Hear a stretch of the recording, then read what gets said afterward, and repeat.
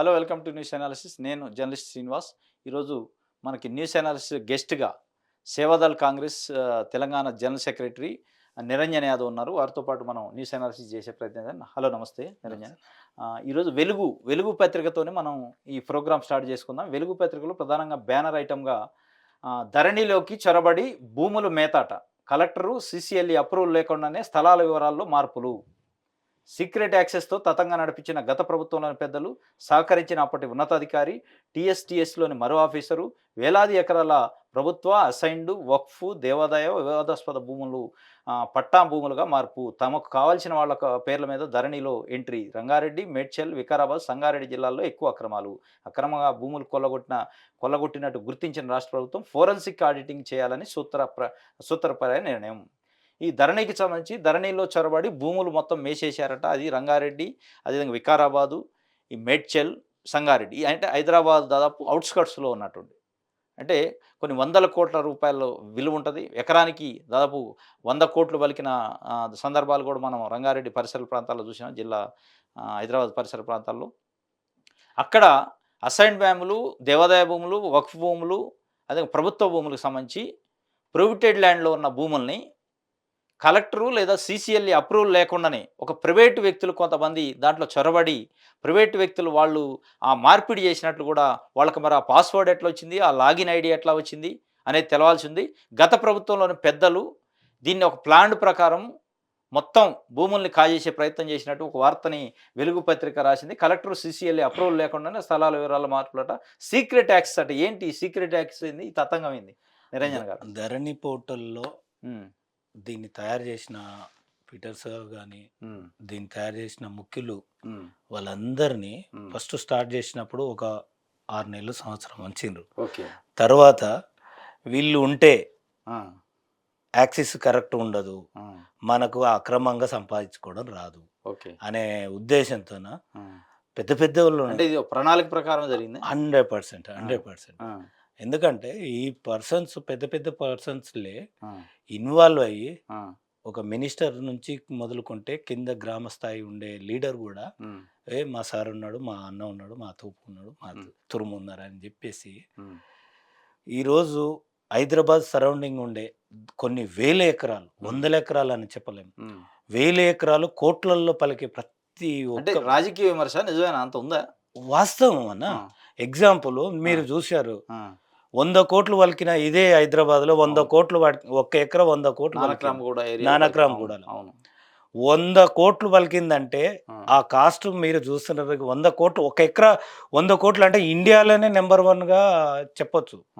ఈ అరే బాబు 100 కోట్లు అని ఆ స్థాయి నుంచి కింద గ్రామ స్థాయిలో ఉండే విలేజ్ లీడర్ కూడా మండల స్థాయి నుంచి జిల్లా స్థాయికి దీన్ని ఎట్లా బయటికి తీస్తారు? ఇప్పుడు ఉన్న ప్రభుత్వం దీన్ని బయటికి తీసి మళ్ళీ వాటిని రీవోక్ చేసే అవకాశం ఉందా? అసలు ఇది అట్లా అడుగును పడిపోద్ది చేస్తారన్నా? ఎందుకు ఇంత గ్యారెంటీగా చెప్పగలుగుతున్నామంటే గత ప్రభుత్వం 9 ఏళ్ల నుంచి పెద్దలు సరౌండింగ్ ఉండే మొత్తం ఆస్తులను కాపాడుకోవడానికి టీఆర్ఎస్ ప్రభుత్వం ఏం చేసిందంటే ఆస్తులు ఉన్నోళ్ళనే ఎమ్మెల్యేలుగా, ఇప్పుడు 39 మందిలో దాదాపు 20 మంది హైదరాబాద్ సరౌండింగ్ వాళ్ళే. మీరు ఒకసారి చూడండి, ఉప్పల్ కావచ్చు, మేడ్చల్ కావచ్చు, ఇలా మొదలుకుంటే ప్రతి ఒక్క అంతగానం భూ కబ్జాలు చేస్తే ఎట్లా గెలిపించారు ప్రజలు? గెలిపించారంటే ఆల్రెడీ మనకు ఫ్లైఓవర్లు చేసిండ్రు. జనాలు ఇప్పుడు హైదరాబాద్లో ఉండే జనాలు ఎలా ఉన్నారంటే ముఖ్యంగా వాళ్ళు డ్యూటీ ఇంట్లో ఉందా లేదా, పిల్లలు బతికినామా లేదా, ఈ మైండ్ సెట్లో ఉంటారు హైదరాబాద్లో. అదే పల్లెటూరులో అంటేనే వ్యవసాయం చేసినాక వచ్చి అదే ఊర్లో ఖాళీ ఉంటారు. అరే ఈరోజు ఎవడరా వాడు సర్పంచ్ ఎక్కడ పోయినరా, ఇట్లా ఎంక్వైరీలు చేసే స్థానం ఉంటుంది. కానీ వీళ్ళకు టీవీలు చూడడానికి తప్ప అరే మన సరౌండింగ్ ఏం జరుగుతుంది అనే సోయి కూడా ప్రజల్లో, హైదరాబాద్ ప్రజల్లో తక్కువ. మొత్తానికి దీనిపైన అయితే చర్యలు ఉండబోతున్నాయి, 100% ఉంటాయి. అది కూడా ఏందో అంటే వీళ్ళు ఏం చేశారంటే ఉన్నతాధికారులు కూడా ఒక one of the key roles. వాళ్ళు ఏం చేశారంటే 30 ఏళ్ళ నుంచి 20 ఏళ్ళ నుంచి ఎవరు కూడా ల్యాండ్లను పట్టించుకునే వాళ్ళు ఉంటారు కదా, వాళ్ళని బలవంతంగా కబ్జాలు చేపించి లీడర్ల నుంచి వాళ్ళ భూములు లాక్కొని ధరణిలో నుంచి వీళ్ళకి తెలిసిన వాళ్ళ నుంచి ధరణిలో ఇలా తెలిసిన ప్రతి ఒక్కరి నుంచి ఇన్ఫ్లుయెన్స్ నుంచి వాళ్ళని కబ్జా చేసి లాక్కున్నారు. అదే. ఇప్పుడు గవర్నమెంట్లో ల్యాండ్లు ఉంటాయి కదా, అలా కాస్ట్ పలకనివ్వము గవర్నమెంట్లో అసైన్లుల్లా గవర్నమెంట్ యాడ్ చేయడము, కబ్జాలు చేసినట్టువేమో కాస్ట్లీ ఉండేటివేమో వీళ్ళ సొత్తులు చేసుకోవడం జరిగింది. ఇది ఈ దీనికోసమే రేవంత్ రెడ్డి సార్ గారు మొన్న ఒక కమిటీ చేశారు. 5 మందితోనో ఒక కమిటీ, 5-6 మందితోనో. ఆ కమిటీ ఏంటంటే ఈ మెయిన్ ఇవే హైదరాబాద్ సరౌండింగ్ ఉండే దానికోసమే చేశారు. ఓకే. టీఎస్పీఎస్సికి కొత్త బాస్ ఎవరు? ముగిసిన అప్లికేషన్ ప్రాసెస్, చైర్మన్ రేస్లో 2 ప్రొఫెసర్లు, 2 ఐపీఎస్లు. దావోస్ నుంచి సీఎం రాగానే నిర్ణయం తీసుకునే ఛాన్స్ అన్నట్లు టీఎస్పీఎస్సి ప్రక్షాళన కోసం ప్రభుత్వం చాలా చురుగ్గా ప్రయత్నాలు చేస్తుంది. గత నెల రోజులుగా మనం గమనిస్తున్నది. ఆల్రెడీ పాత చైర్మన్ని, సభ్యులను కొంతమందిని రిజైన్ చేయించారు. రిజైన్లు కూడా ఆమోదమైంది. ఇంకొక మెంబరే ఉన్నారు రిజైన్ చేయకుండా, అరుణ్ కుమారి ఉంది పేరు. వారు ఒక్కరు కూడా రిజైన్ చేసే అవకాశం ఉందని 2-3 రోజుల్లో ఒక వార్తలు వస్తున్నాయి. మొత్తానికి కొత్త చైర్మన్, కొత్త సభ్యుల కోసం అప్లికేషన్స్ తీసుకున్న నిన్నటితోని అప్లికేషన్ ప్రాసెస్ కూడా క్లోజ్ అయింది. దావోస్ నుంచి సీఎం రేవంత్ రెడ్డి గారు రాగానే దీనిపైన ప్రాసెస్ జరిగిద్దని ఒక వార్తను క్వశ్చన్ మార్క్గా బాస్ ఎవరు అని, దాంట్లో కొంతమంది ఒక 2 ప్రొఫెసర్లు, ప్రధానంగా 2 ఐపీఎస్ ఆఫీసర్లు ప్రభుత్వం ఆలోచనలో ఉన్నట్లు, ఐపీఎస్ని పెట్టాలి, ఐపీఎస్ని పెట్టి స్ట్రిక్ట్గా నడిపించాలని ఒక ఆలోచన ఉన్నట్లు, దాంట్లో 2 ఐపీఎస్ ఆఫీసర్లు కూడా ఒక ప్రాథమికంగా వాళ్ళు గుర్తించినట్టు వీళ్ళని పెడితే మంచిగా ఉంటుందని, లేదా ఒక 2 ప్రొఫెసర్లు అట. మరి వారిలో ఎవరు బాస్ అవుతారు అనేది ఒక వార్తగా ఇచ్చారు. ఇది వెలుగు పత్రికకు సంబంధించి. ఇంకోటి ప్రధానంగా పెద్దల సభకు చిన్నోడు 31 ఏళ్లకే మండలికి బల్మూరు వెంకట అతి చిన్న వయసులో ఎన్నికవుతున్న నేతగా రికార్డు. నామినేషన్లు దాఖలు చేసిన బల్మూరు వెంకట్, మహేష్ గౌడ్ ఇద్దరి ఎన్నిక ఏకగ్రీవమే. 22న అధికారికంగా ప్రకటన.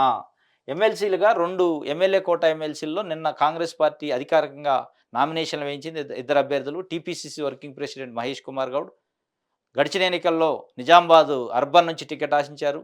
పార్టీ సమీకరణలో భాగంగా అక్కడ షబ్బీర్ అలీకి ఇవ్వాల్సి వచ్చింది.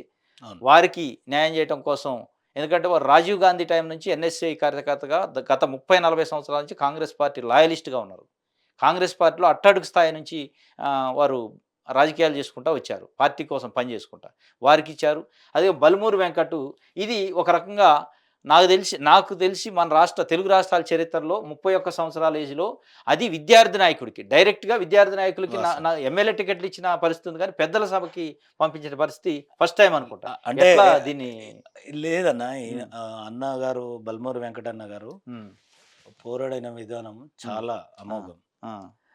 ఆయన ప్రాణత్యాగాలకు కూడా వెనకాలే, ప్రాణాలను కూడా తీసుకుపోయి జైల్లో వేసేసి ఎక్కడ చేసినో ఒక వారం రోజులు. అసలు ఈ government, last government, BRS government, ఇతను ఎక్కువ మాట్లాడుతుండని తీసుకుపోయి అరెస్ట్ చేసి ఎలాంటివి కూడా నోటీసులు పంపకుండా, ఎలాంటివి కూడా లేకుండా సపోర్ట్ కాకుండా తీసుకుపోయి వారం రోజులు గైడ్ చేసిండ్రు. రాహుల్ గాంధీ కూడా వచ్చిండు జైలుకి పరామర్శకు రాహుల్ గాంధీ కూడా వచ్చారు, మీరు చూశారు. కానీ at the same time Addanki Dayakar మాల మహానాడులో పనిచేశారు, సామాజిక ఉద్యమాలు 10 ఏళ్ళు చేశారు, ఇంకో 10-15 ఏళ్ళు తెలంగాణ ఉద్యమంలో కీలకంగా పనిచేశారు. ఆయన పేరుని ఎమ్మెల్యే ఎన్నికల్లో మొన్న గడిచిన ఎమ్మెల్యే టికెట్లప్పుడు నాంచి వస్తుంది పోద్ది అని ఇవ్వలే, హ్యాండ్ ఇచ్చారు. ఆయన పార్టీ కట్టుబడి ఉంది. ఎమ్మెల్సీలో కూడా మొన్న ఆల్రెడీ ఫోన్ చేసి హైకమాండ్ చెప్పిందని ఒక ప్రచారం. చివరికి అతను అంత సీనియర్ని పక్కన పెట్టి, సామాజిక సభ ఎస్సీ దళితుడు పక్కన పెట్టి, ఒక ఫార్వర్డ్ క్యాస్ట్ చిన్న 31 సంవత్సరాల వ్యక్తి ఎందుకు ఇచ్చినట్లు Congress party strategy? Forward backward ఏమి ఉండదు కాంగ్రెస్ పార్టీలో. బడుగు బలహీన వర్గాలకు ఆదుకునే ఎమ్మెల్యేలో కూడా ఆదుకుంటది, ఎమ్మెల్సీలకు ఆదుకుంటది, అన్ని విధాలుగా అన్ని సమీకరణలను చూసుకొని పెద్దలు నిర్ణయిస్తారు. ఇప్పుడు ఒక రెడ్డిలో ఒక దొరలో అనేది ఉండదు. ఇప్పుడు అద్దంకి దయాకర్ని తప్పించడం ఏ సమీకరణ అంటే అనౌన్స్ చేసి తప్పించడం, ఇంకా పెద్ద పదవి రావచ్చు కదా, అట్లానే ఎందుకు అనుకుంటారు? ఓకే, ఇప్పుడు ఎమ్మెల్సీ కూడా పెద్దదే. ఎమ్మెల్సీ అనేది కూడా పెద్దల సభ, పెద్దలలో మాట్లాడేది. అంటే ఈయన ఇప్పుడు అది ఒకటి చెప్పొచ్చు. అదే విధంగా ఇప్పుడు బల్మూరు వెంకటన్న కూడా పోరాడినది విధానం కూడా చాలా గ్రేట్. ఆయన ప్రాణత్యాగాలను కూడా అర్పించాడు, ట్రై చేసి. అద్దంకి దయాకర్ గారు తెలంగాణ ఉద్యమంలో చాలా కీలకంగా పనిచేసిండు, సామాజిక ఉద్యమాల్లో ఉన్నాడు, మాల మహానాడులో ఉన్నాడు, ఒక స్పోక్స్ పర్సన్. కాంగ్రెస్ పార్టీ నాకు తెలిసి 10 సంవత్సరాల నుంచి మీడియా సమావేశాల్లో కానీ డిబేట్స్ లో కానీ ప్రొటెక్ట్ చేసిండు. అన్నగారు కాకపోతే ఈయనది ఒక నేపథ్యం, ఆయనది ఒక నేపథ్యం. అన్నగారు ఉమ్, కూడా ఇప్పుడు ఉమ్, దయాకర్ అన్న కూడా ఉమ్, ఆయన ప్రతిరోజు ఉమ్. జనంలో ఉండే మనిషి. అవును, ప్రతిరోజు చాలా విశ్లేషణ కొందరు చేస్తారు. కొందరు అవును. విశ్లేషించడంలో ఉమ్, పార్టీకి, కాంగ్రెస్ పార్టీకి ఒక కీ రోల్గా అవును. ఏ దాన్నైనా సరే జనాలకు తెలపడంలో మొదటి వ్యక్తిగా పనిచేసాడు. అంటే ఆయనకి ఇంతకంటే మంచిది వస్తా అంటారా మరి? 100% ఉంటుంది. ప్రతి ఓకే, ఒక్కరికి ప్రాధాన్యత ఇచ్చేదే కాంగ్రెస్ పార్టీ. ఓకే. పక్కన ఇంకోటి, పెట్టదు. ఇంకొక వార్త చూద్దాం. మన మంత్రి పొన్నం ప్రభాకర్ నిన్న ప్రెస్ మీట్లో మాట్లాడుతూ హంతకులే సంతాప సభ పెట్టినట్లుంది, సర్పంచుల బిల్లులపై గళం విప్పుతానన్న కేటీఆర్కు మంత్రి పొన్నం కౌంటర్. బీఆర్ఎస్ హయాంలోనే 1100 కోట్ల బిల్లులు పెండింగ్ పెట్టినరు, 20 మంది సర్పంచుల ఆత్మహత్యలకు ఆనాటి సర్కారు కారణమని ఫైర్.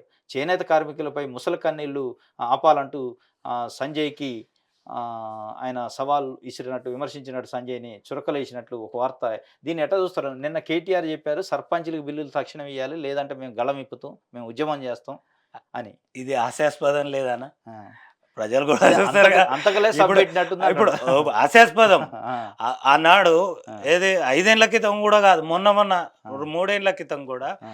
సర్పంచులు రోడ్ల మీదకి వచ్చి ధర్నా అరే చేశారు. మొర్రను ఆయన మా మా బిల్లులు మాకు ఇవ్వండి సారు, ఆ, సార్ దొర అని నీ కాలు మచ్చ భంచిందని ఆ, అడుక్కుంటే కూడా ఆ.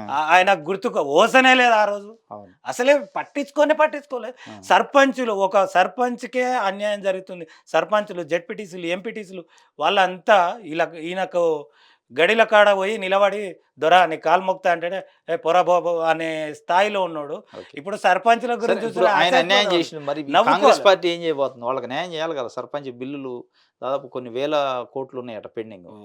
ఆ ఈ సర్పంచ్ పదవి కూడా అయిపోబోతుంది. వాస్తవం. వాళ్ళు అప్పులు తెచ్చారు, అవును, కుస్తీలు తాడులు తాకట్టు పెట్టి తెచ్చారట. అవును. 20 మంది సర్పంచ్ చచ్చిపోయారని మీరే చెప్తున్నారు. నాన్న ఆ, 20 మంది కాదు, ఎక్కువనే చచ్చిపోయినరు. ఆ, అది కేవలము అది నోటెడ్గా ఉండేటివి, ఉమ్, సంఖ్యాపరంగా అధికారికంగా తెలిసినట్టు. ఉమ్, అంతకన్నా ఎక్కువనే చనిపోయినరు. సర్పంచులు కాదు, జెడ్పీటీసీలు కూడా ఉమ్, ఇబ్బందులు పడిగి పిల్లల పుస్తకాలు తెచ్చుకొని చేసినారు. ఉమ్, నేను ఇప్పుడు మనము అంటే కాంగ్రెస్ పార్టీ అట కాదు, మీకు 1 మంత్ అయింది. ఉమ్, 1 మంత్లో ఉమ్, చెప్పిన పథకాలలో ఆల్రెడీ అమల్లో ఉన్నాయి. ఉమ్. ఇప్పుడు బస్సు చూస్తూనే ఉన్నారుగా అవును, అవును. రెగ్యులర్గా. ఎంత మొన్న సంక్రాంతి పండుగకు ఉమ్, ఎన్ని బస్సులు వేసినాం, అదే. ఎంత హ్యాపీగా వాళ్ళు ఆ, కళ్ళల్లో ఆ. స్వేచ్ఛ వచ్చింది. ఓకే. నెక్స్ట్ మనం ఈనాడు పేపర్ చూద్దాం. ఈనాడు తెలంగాణ ఎడిషన్లో ప్రధానంగా ఈరోజు బ్యానర్ ఐటమ్ ఏమి ఇచ్చారంటే, లాభాల సేద్యమే మా స్వప్నం, రైతులకు కార్పొరేట్ తరహా రాబడులు రావాలి, అన్నదాతలకు ప్రపంచం అండగా నిలవాలి. దావోస్ ప్రపంచ ఆర్థిక వేదిక సదస్సులో సీఎం రేవంత్ రెడ్డి పిలుపు. రాష్ట్రంలో పెట్టుబడులకు పలు సంస్థల ఆసక్తి. ఐటీఐలో సాంకేతిక నైపుణ్య కేంద్రాల ఏర్పాటుకు టాటా గ్రూప్ ఒప్పందం. వైద్య పరికరాల తయారీ కేంద్రం నెలకొల్పుతున్న యూకే సంస్థ SIGH అన్నట్లు దావోస్లో నిన్న ముగించారు. దావోస్లో ముఖ్యమంత్రి పర్యటన నిన్న ఈవినింగ్ ముగిసి అక్కడ నుంచి లండన్ పోయినట్టు ఒక వార్త కూడా వచ్చింది ఆల్రెడీ. అయితే వారు నిన్న చెప్పింది ఏంటంటే, లాభాల సేద్యం అంటే వ్యవసాయానికి సంబంధించి లాభాల సేద్యమే మా స్వప్నం, మా ప్రభుత్వం యొక్క ఆకాంక్ష రైతుల గురించి. నేను అగ్రికల్చర్ కుటుంబం నుంచి వచ్చాను, నా కల్చర్ అగ్రికల్చర్ అన్నట్టు కూడా నిన్న రేవంత్ రెడ్డి వాస్తవం, చెప్పింది వాస్తవం. ఒక వార్త వచ్చింది. అయితే ఆయన ప్రధానంగా ఏం చెప్పారంటే, రైతులకు కార్పొరేట్ తరహా లాభాలు రావాలని, అన్నదాతలకు ప్రపంచ అండగా ఉండాలని దావోస్ వేదికగా చెప్పారు. అవును. కానీ విచిత్రం ఏంటంటే, మరి అసలు రైతులు ఉన్నది ఇక్కడ, ఆ. మనది వ్యవసాయ 70% వ్యవసాయ కుటుంబాలు ఉంటాయి, వ్యవసాయ వాస్తవం, వాస్తవం. జనాభా ఉంటుంది. ఆ. ఇక్కడ వదిలేసి దావోస్లో వాళ్ళు ఏం చేస్తారు? దీనికి సేద్యం కార్పొరేట్ తరహా లాభాలు రావాలంటే లేదనా ఇప్పుడు ఇక్కడ క్షేత్రస్థాయిలో రైతులు ఎదుర్కొన్న ఇబ్బందులు తెలుసుకోవాలి, వాస్తవం. వాళ్ళని ఎట్లా పైకి తేవాలని ఆలోచించాలి. కానీ ఆ వేదికల మీద వాళ్ళు ఏం చేస్తారు? ఇప్పుడు రేవంత్ రెడ్డి సార్ గారు, ఉమ్, సీఎం సారు ఉమ్, ఒక వ్యవసాయ కుటుంబంలో నాగలి పట్టిన మనిషి. ఉమ్, ఆయనకు గ్రామ స్థాయి నుంచి తెలుసు, ఉమ్, కానీ ప్రపంచ స్థాయిలో ఉండే ఎట్లా ఉంది అనేది తెలియదు కదా. అవును. ఇప్పుడు డేవిడ్ సార్, ఈయన వరల్డ్లో నెంబర్ 1 పర్సన్, ఇప్పుడు మన విజేత ఉమ్, డేవిడ్ సార్. ఉమ్, వాళ్ళ లాంటి ఉన్నతమైన పర్సన్స్ కార్పొరేట్ లెవెల్ ఎట్లా ఎస్టాబ్లిష్ చేసిండ్రు, వాళ్ళు ఎలా ఉంది వ్యవసాయం అని. ఫర్ ఎగ్జాంపుల్ ఇప్పుడు ఆస్ట్రేలియా ఉంది, ఇంగ్లాండ్ ఉంది. వ్యవసాయము అక్కడ ఒక మనం జాబ్ చేసినట్టే అక్కడ కూడా మనది పండించిన పంట ఎన్ని విధాలుగా ఉపయోగపడుతుంది అనేది వాళ్ళకి అన్నిటి తెలుసు. కాబట్టి కానీ ఇప్పుడు రేవంత్ రెడ్డి గారు సార్ అక్కడ గారు ఎకనామిక్ ఫోరం, అది అవును. World economic forum. అవును, అక్కడికి వచ్చేవాళ్ళు అంటే పెట్టుబడిదారులు, పారిశ్రామికవేత్తలు, లాభాల కోసం బిజినెస్ చేసేటోళ్ళు. వాస్తవం. వాళ్ళు వ్యవసాయంలో ఏం సహకరిస్తారు, ఎట్లా సహకరిస్తారు? లాభాలు ఆశించడం. అలానే ఎందుకు అనుకుంటున్నా, ఇప్పుడు అంతేనా? వ్యవసాయాన్ని ఆ, వాళ్ళకి ఎలా చేయగలుగుతారు అనేది వాళ్ళకి తెలిసి ఉంది. టెక్నాలజీ వైజ్గా ఇప్పుడు మనం ఎలా ఉపయోగించుకోవాలని ఇప్పుడు అలాంటి దాంట్లోనే కదన్నా ప్రపంచంలో ఎట్లా పరిగెడుతుంది, ప్రపంచం ఎంత ఫాస్ట్గా ఉంటుంది, పెట్టుబడిదారులు ఎలా ఉంది, వ్యవసాయం ఎలా ఎన్ని రకాలుగా మనకు బెనిఫిట్ అవుతుందని తెలవాలంటే ఎక్కడ పోవాలి, అడ్వాన్స్ ఉన్న కంట్రీస్కి వెళ్ళాలి. ఇప్పుడు మనది అడ్వాన్స్ కాదు, అసలు ఏమీ లేదు, నాగలి బట్టి దున్నుడమే అయిపోయింది. అక్కడ అసలు నాగలి అనేదే ఉండదు. అలా దానికోసమే కదా ఇప్పుడు మనం ముందు ఫ్యూచర్ ఒక 20 ఏళ్ళకు 30 ఏళ్ళకు ఎస్టాబ్లిష్ చేసుకోవడానికే ముందు ప్లాన్ చేస్తాం వ్యవసాయంలో. ఓకే, నెక్స్ట్ సాక్షి పేపర్ చూద్దాం. సాక్షి తెలంగాణ ఎడిషన్లో ఈరోజు మనకి ప్రధానంగా ఉన్న ఐటమ్స్ అంబేద్కర్ విగ్రహం 206 అడుగులది ఏపీలో ఆవిష్కరణకు సంబంధించి ప్రధానంగా యాడ్ ఇచ్చారు ఇందులో సాక్షిలో. సాక్షి బ్యానర్ ఐటమ్గా పల్లెల్లో ప్రత్యేకమే, వచ్చే నెల 1తో ముగియనున్న సర్పంచులు వార్డు మెంబర్ల పదవి కాలం, ఆ మర్నాటి నుంచి గ్రామ పంచాయతీల్లో ప్రత్యేక అధికారుల పాలనకు సర్కారు మొగ్గు, ప్రస్తుతం రాష్ట్ర వ్యాప్తంగా పంచాయతీల్లో బీఆర్ఎస్కే ఆధిపత్యం, ఆ సర్పంచులను ఇన్ఛార్జీలుగా కొనసాగించేందుకు కాంగ్రెస్ సర్కారు విముఖత, లోక్సభ ఎన్నికల తర్వాతే పంచాయతీ ఎన్నికలు చేపట్టాలనే ఆలోచన, ఈలోగా స్థానిక సంస్థల్లో రిజర్వేషన్ల పెంపు అంశంపైన పరిశీలన, దీంతో 6 నెలల పాటు పంచాయతీల్లో తప్పని స్పెషల్ ఆఫీసర్ల పాలన, మండల గ్రామ స్థాయిల్లోని వివిధ శాఖల అధికారులకు బాధ్యతలు, నియామకాలపై కసరత్తు చేస్తున్న పంచాయతీరాజ్ ఉన్నతాధికారులు, గ్రామ పాలన కుటుంబం కుంటుపడుతుందంటున్న పంచాయతీరాజు సంఘాలు అన్నట్లు ఒక వార్త. ఫిబ్రవరి 1తోని సర్పంచుల పదవి కాలం, ఎంపీటీసీలు, సర్పంచులు, ఎంపీపీలకు సంబంధించి పదవి కాలం ముగియబోతుంది. ప్రధానంగా సర్పంచులు ఫిబ్రవరి 1తోని ముగిస్తుంది. జనరల్గా ఏంటంటే పంచాయతీరాజ్ చట్టం 2018 ప్రకారం పాత సర్పంచులు టర్మ్ అయిపోయే ముందుకే ఆ కొత్త సర్పంచ్ని ఎన్నిక చేసి ఉంచాలి రాష్ట్ర ఎన్నికల సంఘం. దానికి 2 నెలల ముందు నుంచే ప్రాసెస్ చేయాలి, ఎలక్షన్ షెడ్యూల్ ఇవ్వాలి, షెడ్యూల్ తర్వాత ఎలక్షన్స్ నిర్వహించాలి, కొత్త సర్పంచ్ని ఎన్నుకొని ఉంచాలి వాస్తవం. కాకపోతే మనకాడ ఉన్న ప్రత్యేకమైన పరిస్థితుల్లో మన డిసెంబర్లో ఎన్నికలు, నవంబర్ 30న అసెంబ్లీ ఎన్నికలు రావటం, నవంబర్ 30కి ముందు ఒక నెల 15 రోజులు అసెంబ్లీ ఎన్నికల కోడ్ ఉండటం, దానికి సంబంధించిన ప్రాసెస్ చేయలేకపోయారు. డిసెంబర్ 3న రిజల్ట్ వచ్చింది, డిసెంబర్ 7న కొత్త ప్రభుత్వం ఎన్నికైంది. వీరు వచ్చిన తర్వాత కూడా ఆ ప్రాసెస్ స్టార్ట్ చేయడానికి ప్రధాన అడ్డంకి ఏమైందంటే బీసీలకు సంబంధించి 42% స్థానిక సంస్థల్లో రిజర్వేషన్ మేము పెంచుతాం ఇప్పుడున్న 22-23 నుంచి అని కాంగ్రెస్ పార్టీ మేనిఫెస్టోలో పెట్టింది, ఎన్నికల హామీగా ఇచ్చింది. దాన్ని నెరవేర్చాలి అనే పట్టుదలతో కాంగ్రెస్ పార్టీ ఉంది. దాన్ని నెరవేర్చాలంటే బీసీ కమిషన్ క్షేత్రస్థాయికి వెళ్ళి ఒక నివేదిక ఇవ్వాలి, జనాభా లెక్కలు తీయాలి, ఇదంతా కొంత టైం పట్టే అవకాశం ఉంది. ఈలోపు లోక్సభ ఎన్నికలు షెడ్యూల్ వచ్చే అవకాశం ఉంది. కాబట్టి ఒక 6 నెలల పాటు ప్రత్యేక అధికారుల పాలన, పర్సన్ ఇన్ఛార్జిని పెట్టి ఒక 6 నెలలు, రేపు ఫిబ్రవరి కల్లా పర్సన్ ఇన్ఛార్జెస్ ఏ గ్రామ పంచాయతీకి స్పెషల్ ఆఫీసర్లు పెడతారట. స్పెషల్ ఆఫీసర్లతో పాటు బీసీలకు కమిటీలు వేస్తున్నారు. బీసీ ఎస్సీ ఎస్టీలకు మనకు ఆల్రెడీ మేనిఫెస్టోలో పర్సంటేజ్ ఇచ్చారు, 42% బీసీలకు ఇవ్వాలని. స్థానిక సంస్థలు సర్పంచులలో కావచ్చు, ఎంపీపీలు కావచ్చు, జెడ్పీటీసీ, ఈ స్థానిక సంస్థలకు సంబంధించినవి. ఇంకోటి ఏంటంటే ఈ మనకు ధరణి కానీ వ్యవసాయంలో కానీ ఈ అన్నిటినీ గ్రామ లెవెల్లో గ్రామ సర్పంచ్ నుంచి మొదలు పెట్టుకుంటే మండల స్థాయి వరకు అన్నిటినీ రీమాన్యుఫ్యాక్చర్ చేస్తుంది.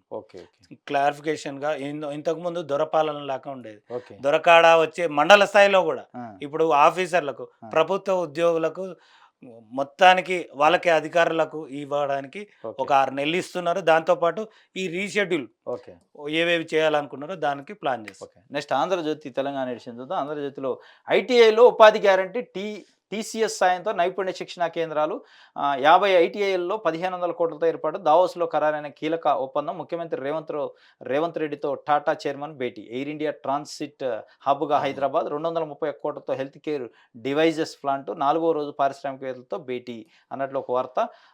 అయితే ఇంకొకటి కూడా కింద, రైతు ఆత్మహత్యలే పెద్ద సమస్య అట, రైతులు కార్పొరేట్ కంపెనీల లాభాలు గడించాలి, తెలంగాణలో రైతు భరోసా, కనీస మద్దతు ధర, దావోస్ సదస్సులో వివరించిన ముఖ్యమంత్రి రేవంత్ రెడ్డి. ఇందాక మనం చర్చించింది కార్పొరేట్ తరహాల్లో రైతులు లాభాలు పొందాలన్నట్టుగా, అదేవిధంగా ఐటీఐ కోర్స్ ద్వారాగా ఉపాధికి గ్యారంటీ ఇవ్వాలని టాటా కంపెనీ తెలంగాణ ప్రభుత్వం కొలాబరేషన్లో ఒక 50 ఐటీఐలలో 1500 కోట్ల రూపాయలతోని కొన్ని సెంటర్స్ స్కిల్ డెవలప్మెంట్ ఎందుకన్నా అంటే 10వ తరగతి చదివి కూలి పనులు చేస్తారు, కూలి పనులు ఇవన్నీ కాకుండా ఐటీఐ నుంచి ఇస్తే స్కిల్ డెవలప్మెంట్ అయితే వాళ్ళ బతకడానికి మార్పు చేర్పులు చేయడానికి ఐటీఐ చాలా ప్రాధాన్యం. ఓకే, ప్రభుత్వ ప్రధాన సలహాదారుగా వేము నరేందర్ రెడ్డి, ముఖ్యమంత్రి రేవంత్ నీడలో బాధ్యతలు. 16 ఏళ్లుగా ఇద్దరి మధ్య స్నేహబంధం. ప్రణాళిక సంఘం ఉపాధ్యక్షుడిగా మండవ, ఇద్దరు నేతలకు కేబినెట్ హోదా, మంత్రివర్గ సమావేశాలకు మండవ అన్నట్లు. ఇది ఇది అసలు ప్రభుత్వ ప్రధాన సలహాదారుగా వేము నరేందర్ రెడ్డిని నియమిస్తారట. సరే, అది అది ఒక అందుకు రేవంత్ రెడ్డితోని టీడీపీలో క్యారీ అయ్యారు. దాని తర్వాత కాంగ్రెస్ పార్టీలో కూడా చాలా కీలకంగా గడిచిన ఎన్నికల్లో కీలకంగా పనిచేశారు. వారికి ఇస్తున్నారంటే ఒక అందం ఉంటది. కానీ మండ వెంకటేశ్వరరావు కాంగ్రెస్ పార్టీలో మరి ఈ మధ్య కాలంలోనే వచ్చినట్టుంది. 1 మంత్, 2 అవును. మంత్స్ బ్యాక్ గడిచిన ఎన్నికలకు ముందు. ఆ! ఆయనకి అంత ప్రణాళిక సంఘం ఉపాధ్యక్షుడు అంటే మరి కాంగ్రెస్ పార్టీలో 10 ఏళ్ళు, 15 ఏళ్ళుగా కష్టపడి దెబ్బలు తిని కేసులు పాలైన వ్యక్తులను వదిలేసి ఈయనకి ఎందుకు ఇస్తున్నారు మరి? ఎట్లా చూడాలి దీన్ని? అసలు కాంగ్రెస్ పార్టీ స్ట్రాటజీ ఏంటి? ఇది ఇంకా కన్ఫర్మ్ అవ్వలేదు. కన్ఫామ్ అవ్వలేదా? కన్ఫర్మ్ అవ్వలేదు. ఆ! ఏదో పేపర్‌కి ఇచ్చినంత మాత్రాన కాదుగా. అంతేనా? ఇంకా ఏమో కన్ఫర్మ్ అవ్వలేదు. ఆంధ్రజ్యోతి పెద్ద తాటికాయ లాంటి అక్షరాలతోనే ఏసింది. అంటే మండ వెంకటేశ్వరరావు కావాలని ఆలోచన చేస్తున్నట్టు ప్రభుత్వం వెంకటేశ్వరరావు ఉందేమో. సార్ గారు ఒక విలువలతో కూడుకున్న రాజకీయం మనిషి. ఓకే. అది అదే గాక ఆయన సేవలు. ఆయనకుండే ప్రాధాన్యం అయితే ఉంది. ఆ! ఆయన పెద్ద పర్సనే. అదే పెద్ద ఆయన మనిషి. అనుభవం అది పెద్ద ఏమన్నా మనిషి. ఉపయోగపడిద్దనే? అనుభవం ఉంది. హ్మ్. అనుభవం కాంగ్రెస్‌లో కూడా అనుభవం ఉన్నోళ్ళు అదే ఉన్నారు. అవును. ఆయన టీడీపీలో సీనియర్ ఉన్నప్పుడు లీడర్ కూడా కదా ఆయన సీనియర్ కూడా. లీడరు ఆల్రెడీ అన్ని ప్రణాళికల దాంట్లో కూడా టీడీపీలో కూడా చేశాడు. ఓకే. ఆ అనుభవం ఉంది. కాంగ్రెస్ పార్టీ వాడుకోవాలని వస్తుంది అంతే. ఓకే. దాన్ని ఇంకోటి ప్రధాన వార్త దాన్ని హైలైట్ చేసి భూతద్దలు చేసి ఉంచారు. కాంగ్రెస్ పార్టీ నిన్న బీఆర్ఎస్ పార్టీ మహబూబ్ నగర్‌కు సంబంధించి ఎన్నికల సమీక్ష సమావేశంలో రేవంత్, ఆదాని అలాయ్ బలాయ్ దొంగ అన్నావు, దావోస్‌లో ఎలా గెలిచావు, కాంగ్రెస్ పార్టీది దిగజారుడు రాజకీయం, ఈ ప్రభుత్వంపై 6 నెలల్లో ప్రజల్లో తిరుగుబాటు, బీఆర్ఎస్ వర్కింగ్ ప్రెసిడెంట్ కేటీఆర్ విమర్శలు అన్నట్లు. నియోజకవర్గాల బాధ్యతల్ని ఎమ్మెల్సీలకి గ్రామస్థాయి నుంచి బీఆర్ఎస్ పునర్వ్యవస్థీకరణ అన్నట్లు కూడా. ఇప్పుడున్న ఎమ్మెల్సీ మండలిలో ఎట్లా లేదనుకున్నా బీఆర్ఎస్ పార్టీకి మెజారిటీ ఉంది. ఎమ్మెల్యేలు చాలామంది ఓడిపోయారు. ఆ ఓడిపోయిన స్థానాల్లో ఉన్న ఎమ్మెల్సీలకి ఆ నియోజకవర్గ ఇన్ఛార్జీలుగా బాధ్యతలు అప్పచెప్తే కొంత ప్రోటోకాల్ ఉంటుంది. దానివల్ల కొంత లాభం జరిగిద్ది. పార్టీ స్ట్రెంథెన్ అవుతుందనే ఒక ఆలోచన. ఇంకోటి ప్రధానంగా రేవంత్, ఆదాని అలాయ్ బలాయ్ అయ్యారు. గతంలో రాహుల్ గాంధీ విమర్శించిండు, రేవంత్ రెడ్డి విమర్శించిండు. రాహుల్ గాంధీ పార్లమెంట్లో నిన్న కూడా మనం చర్చించాం. రాహుల్ గాంధీ పార్లమెంట్లో ఆదాని మీ బినామీ అని మోదీని విమర్శించిన పరిస్థితి. మరి మోదీ బినామీతోని మీరు ఎట్లా సంప్రదింపులు జరుగుతుండ్రు, ఎట్లా ఎంఓయూలు చేసుకుంటున్నారు, మీ విమర్శలకు సమాధానం చెప్పండి ఫస్ట్. ఢిల్లీలో ఒక విధానం, గల్లీలో ఒక విధానం మీద కాంగ్రెస్ పార్టీ ద్వంద్వ వైఖరి పాటిస్తుంది అన్నట్లు కూడా వారు చెప్పిన పరిస్థితి. దీనిపై మరి వీళ్ళు కాలు మొక్కి పోయి కాలు మొక్కితే లేదు కానీ ఆ, వాళ్ళు ఎదురుగా వచ్చి కలిస్తే దాన్ని కూడా దొంగ అది అంటే అలైబలే అని అంటే చెప్తాడు. అలాయ్ బలాయ్ అంటే గతంలో అదే రేంజ్లో విమర్శించారుగా ఆదాని బినామీ, మోదీ బినామీ అని. అవును. అందుకే మోదీ కదా. బినామీ ఎందుకు ఇప్పుడు కూడా చెప్తాం, ఆ, గతంలో ఎందుకు? మరి మోదీ బినామీతోని ఆ, తెలంగాణ ప్రభుత్వ ప్రతినిధిగా రేవంత్ రెడ్డి ఎట్లా ఎంఓయూ చేసుకుంటాడు? ఇప్పుడు వాళ్ళు పెట్టుబడులు పెట్టడానికి చాలా మంది ఉంటారు పారిశ్రామికవేత్తలు. వాస్తవమా? అసలు ఇంకోటి ఏంటంటే నాకు విచిత్రం అనిపిస్తుంది. దావోస్ ఎక్కడో ఉంది, మన దేశంలో లేదు. ఉమ్. అక్కడికి పోయి 1 వీక్ ఉండి ఇది చేసేవాళ్ళు మళ్ళీ అక్కడ చేసుకుంది ఎవరితోని? టాటా కంపెనీ మన దగ్గరది, ఇది ఆదాని కంపెనీ మన దగ్గరది. ఇక్కడ ఉన్న కంపెనీలు ఇక్కడనే కూర్చొని మాట్లాడుకోవచ్చు. అక్కడికి వెళ్ళి ఖర్చులు దండగబెట్టి ప్రభుత్వం వ్యయ ప్రయాసాలు ఇప్పుడు కూర్చి ఎందుకు పోవాలి అక్కడ? అది కాదన్న, ఆ, అక్కడ దావోస్ అనేప్పుడు ఇప్పుడు సీఎం లెవెల్లో ఒక ఉందాతనం, అవును. వాళ్ళు ఒక ప్లానింగ్ ఉంటుంది. ఉమ్, ఇప్పుడు కార్పొరేట్ లెవెల్ ఎట్లా ఉంటుంది? ఉమ్. ఓ నలుగురు వస్తున్నారు, నలుగురు ₹4 కోసమే బతుకుతారు. అవును, అక్కడ వేరే కంపెనీలు వచ్చినాయి అంటే అనుకోవచ్చు. వేరే దేశాలు అంటే ఆడ ఉంటుంది అవును. ఒక ప్లాట్ఫామ్ కాబట్టి వెళ్ళారు. ప్రపంచ దేశాలలో మన దేశా- కార్పొరేట్ సంస్థలు వస్తున్నాయి. అవును, అక్కడ ఇప్పుడు వాళ్ళతో మన చేసుకోవచ్చు. దేశాల వాళ్ళు కూడా వాళ్ళు వేరే కూడా ఉంటాయిగా. అవును, ప్రపంచ దేశాలు ఇప్పుడు వేరే స్టేట్ వాళ్ళతో చేసుకోవచ్చు. నేను అనేది మన దేశానికి సంబంధించిన ప్రతినిధులు, పారిశ్రామికవేత్తలు ఇక్కడనే మాట్లాడుకోవచ్చు కదా. అక్కడ ఒప్పందాలు ఏంటి? ఇప్పుడు నార్మల్ గా మనం ఇంటికాడ కలిసేది వేరే ఉంటుంది, ఒక ఉన్నతనంగా వేరే దగ్గర కలిసేది ఉంటుంది అంతే. ఓకే. ఇప్పుడు అక్కడ కలిసిందంటే వాళ్ళు వేరే విధానంతోనే ఓకే, ఉన్నది. ఓకే. దాన్ని కూడా నువ్వు ఏదో పెద్ద భూతత్వం పెట్టి చూస్తా అంటే ఎట్లా? ఇంకోటి ప్రధానంగా ఆంధ్రజ్యోతిలో డాక్టర్కి సంబంధించి నిన్న కేంద్ర ప్రభుత్వ వైద్య శాఖ ఒక సర్క్యులర్ ఇష్యూ చేసింది. యాంటీబయాటిక్స్ రాస్తే కారణం చెప్పాల్సింది, ఎందుకు అవసరమో ప్రిస్క్రిప్షన్పై రాయాలి. వైద్యులకు కేంద్ర ప్రభుత్వం ఆదేశం. మెడికల్, ఫార్మా సంఘాలకు డీజీహెచ్ఎస్ లేఖ. యాంటీబయాటిక్ల విచ్చలవిడి వాడకంతో ఔషధాలకు లొంగని రోగకారక క్రిములు, లక్షల సంఖ్యలో రోగులు కనుమూత, మానవాళికి ముప్పుగా ఏఎంఆర్ సమస్య. ప్రిస్క్రిప్షన్ లేనిదే మెడికల్ షాపులు యాంటీబయాటిక్లను అమ్మొద్దని ఒకటన డీజీహెచ్ఎస్ అత్యవసర విజ్ఞప్తి అని. యాంటీబయాటిక్స్ ఇష్టం వచ్చినట్టు రాయొద్దు, తప్పనిసరిగా ప్రిస్క్రిప్షన్ పైన యాంటీబయాటిక్స్ ఎందుకు రాయాల్సి వచ్చింది, రీజన్ ఏంటి అనేది తెలపాలి. అదే మెడికల్ షాపులలో కూడా యాంటీబయాటిక్స్ వితౌట్ ప్రిస్క్రిప్షన్ ఇవ్వద్దు అన్నట్టు కేంద్ర ఆరోగ్య శాఖ నిన్న ఒక సర్క్యులర్, అత్యవసర ఎమర్జెన్సీ సర్క్యులర్ ఇష్యూ చేసిందట. అయితే ఇది ఓకే, ఇది బాగానే ఉంది. యాంటీబయాటిక్స్ ఎక్కువ వాడటం వల్ల రోగ నిరోధక శక్తి తగ్గుతుంది.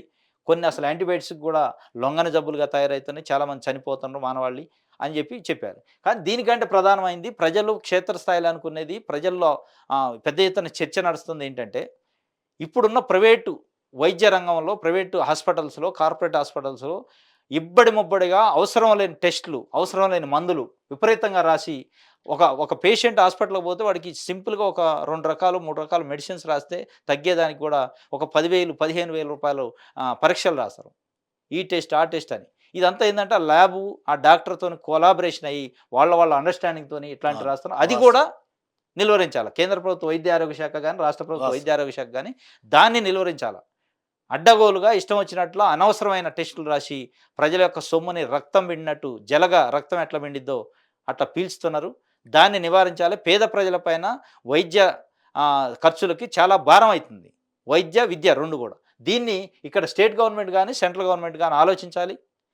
ఎట్లయితే మీరు యాంటీబయాటిక్స్కి మీరు ఎట్లయితే కారణాలు చెప్పాలన్నారో, టెస్టులు రాసేదానికి కూడా కారణాలు చెప్పాలి. ఆ టెస్ట్ నిజంగా అవసరమా లేదా, అది చేస్తే మీరు పేద ప్రజలకు మేలు చేసినట్టు అయింది. దానిపైన కూడా కేంద్ర ప్రభుత్వ ఆరోగ్య శాఖ కానీ, రాష్ట్ర ప్రభుత్వ ఆరోగ్య శాఖ కూడా ఆలోచించాలి. ప్రజలపైన చాలా భారం పడుతుంది. ఆ భారాన్ని తగ్గించాల్సిన బాధ్యత ప్రభుత్వంగా మీ పైన ఉంటుంది. ఇది ఆంధ్రజ్యోతికి సంబంధించి. నెక్స్ట్ మనం దిశ పేపర్లో చూద్దాం. దిశ పేపర్లో ప్రధానంగా ఈరోజు వచ్చిన సర్కార్లో ఇన్సైడర్స్ కీలక సమాచారం లీక్ చేస్తున్న ఆఫీసర్లు, కన్వీనియన్స్ డీడ్ రద్దు కాకుండా ముందస్తు చర్యలు, కోర్టును ఆశ్రయించేందుకు సిద్ధమవుతున్న కంపెనీలు, సర్కారు యాక్షన్కు ముందే రియాక్షన్, రాష్ట్ర ప్రభుత్వాన్ని ఇరికిన పెట్టే కుట్ర, జివో 59 సమాచారంతో అప్రమత్తమైన లీడర్లు. ఇది జివో 59 పైన, జివో 59ని అడ్డం పెట్టుకొని గత ప్రభుత్వంలోని పెద్దలు, కొంతమంది మంత్రులకు సంబంధించిన అనుచరులు, మంత్రులు, ఎమ్మెల్యేలు ఇన్వాల్వ్ అయ్యి, జివో 59 అంటే అసైన్డ్ భూములు కానీ, ప్రభుత్వ భూములు కానీ వాటిని ప్రొహిబిటెడ్ లిస్టులో ఉంటే వాటిలలో ఒక 100 150 గజాలు 70 గజాలు పేద ప్రజలు ఏమన్నా ఇల్లు లేక అక్కడ ఉండి ఒక గుడిసో లేకపోతే ఇల్లు వేసుకుంటే వాటి రెగ్యులర్ చేయడానికి 59 చేశారు. దాన్ని అడ్డం పెట్టుకొని కొన్ని 100 గజాలు 1000 గజాలని వాళ్ళ యొక్క రాజకీయ నాయకుల బినామీలకి చేశారని ప్రభుత్వం చర్యలకి ఉపక్రమించింది. ఈ చర్యల యొక్క సీక్రెసీని బయటికి కొంతమంది ఆఫీసర్లు చెప్తున్నారు అనేది ఒక వార్త ఈరోజు. ఆఫీసర్లు కాదన్న వాస్తవం. ఇప్పుడు ప్రభుత్వానికి ఇప్పుడు ఆల్రెడీ కబ్జా చేసిన 100 మంది 1000 మంది ఉన్నారు, కొన్ని కోట్లలో ఉన్నారు బీఆర్ఎస్ ప్రభుత్వం ఉన్న వాళ్ళు. ఇప్పుడు ప్రభుత్వాన్ని ఎట్లా ఇరుకన పెట్టాలి? ఏదో కలిబుల్లి మాటలు చెప్తే మొన్న జనాలు తిప్పికొట్టే చేసిండు. కొద్ది రోజులన్నా ఖాళీ కూర్చొని అయినా ఉండాలి కదా, అది లేదు. మళ్ళీ పైగా ఏదో కలిబుల్లి మాటలు చెప్పాలని చూస్తే జనాలు నమ్ముతారన్న? అంతేనా? నమ్మే సిచ్యువేషన్లో అసలే లేరు. మళ్ళా పైగా కోర్టులు లాయర్లు ఇవన్నీ చేసుకుంటూ ఉంటే వాళ్ళ కాలం వృధా, పైసలు వృధా తప్ప ఇది ఏమీ కాదు. ఓకే, ఇది ఈరోజు మనం న్యూస్ అనాలిసిస్లో గమనించారు. రేపు తాజా వార్తలతో మళ్ళీ కలుసుకుందాం. Thank you.